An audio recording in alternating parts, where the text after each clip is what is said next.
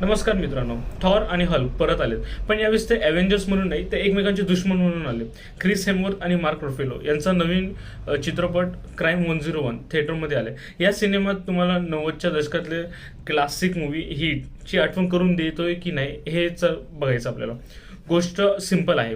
Mark Davis म्हणजे Chris हेमवर्थ हा एक असा चोर आहे की जो हायवे 101 हिऱ्यांची चोरी करत असतो, पण त्याची काही रूल्स असतात. No violence, no evidence.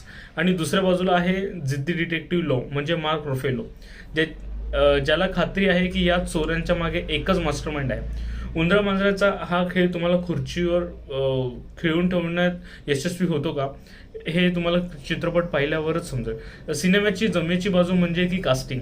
Chris हेमवर्थला एक शांत आणि कॅल्क्युलेटेड चोर म्हणून बघायला मजा येते. मार्क रफेलोचा थकलेला पण हुशार पोलीस एकदम नॅचरल वाटतो.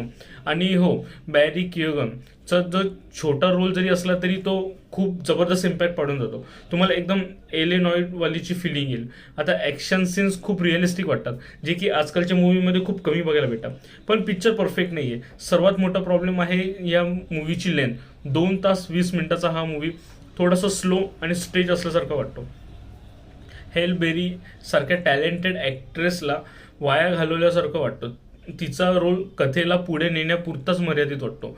जर तुम्ही हिट सारख्या मास्टरपीसची अपेक्षा करत असाल तर थोडीशी निराशा नक्कीच होईल.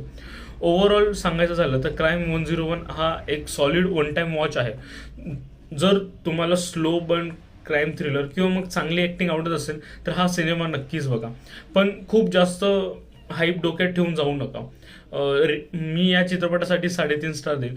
तुम्ही हा चित्रपट बघितला का हे मला कमेंटमध्ये नक्कीच सांगा. धन्यवाद.